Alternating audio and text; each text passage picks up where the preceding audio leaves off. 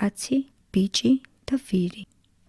ერთხელ ერთი კაცი და მისი ვაჟი ბაზრობაზე წავიდნენ. თან ვირი წაიყვანეს. გზას მიუყვებოდნენ, ვირი კი თავისთვის უკან მიჰყვებოდა. ცოტა ხნის შემდეგ გლეხი შემოხვდათ. მან მამაშვილს მიახალა.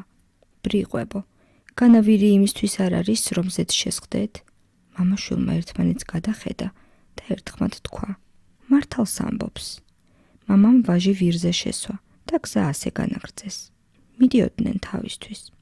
ცოტა ხანში გზაზე შეკრებილ მამაკაცებს ჩაუარეს და გაიგონეს ერთ-ერთმა როგორ თქვა: ერთი იმ ზარმაცყმაწულს დამიხედეთ. საბრალო მამას ამ სიცხეში ფეხით ატარებს, აი თვითონ კი ვირზე დაბრძანებულა და არც კი რცხვენიაო. მამაშვილმა კვლავ ერთმანეთს გადახედა და ერთხმად თქვა: მართალს ამბობს. მამამ ვაჟი ვირიდან ჩამოსვა და თვითონ შეჯდა. იარეს და ცოტა რომ კიდევ გაიარეს, ახლა ორი ქალი შემოხვდათ გზად. ერთ-ერთმა ვირზე ამხედრებული კაცისკენ თითი გაიშვირა და შეხვირა. როგორ არ რცხვენია იმ ხებრეს? საბრალო ბიჭი ამ სიცხეში ფეხით მიჰყვება, აი თვითონ კი ვირით მობრძანდება.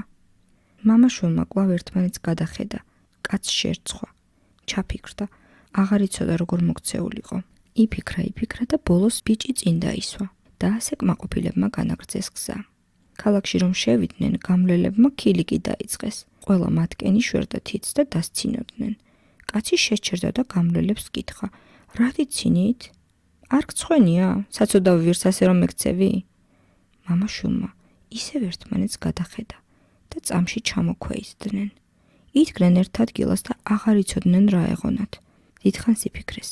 მერე კი ძელი აიღეს, ვირი ფეხებით ზედ მიაბეს, ძელის ბოლოები მხრებზე გაიდეს და პირუტყვით ომარასავით მოიკიდეს და ისე წაიღეს. ვინც კი დაინახავდა, ყველა სიცილისგან იგუდებოდა. ასე მიადგნენ ხიდს.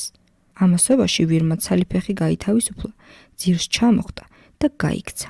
მას მერე მამაშვილს ის აღარ უნახავს. მამაშვილს ბერიკაცი მიუახლოვდა, რომელმაც უთხრა: მე უკან მოგყვებოდით და ყველაფერს ხედავდი. დაიმახსოვრეთ. შეუძლებელია ყველას ასიამოვნო. ნათქვამია, ყველას მაამებელი ვერავის აამებსო.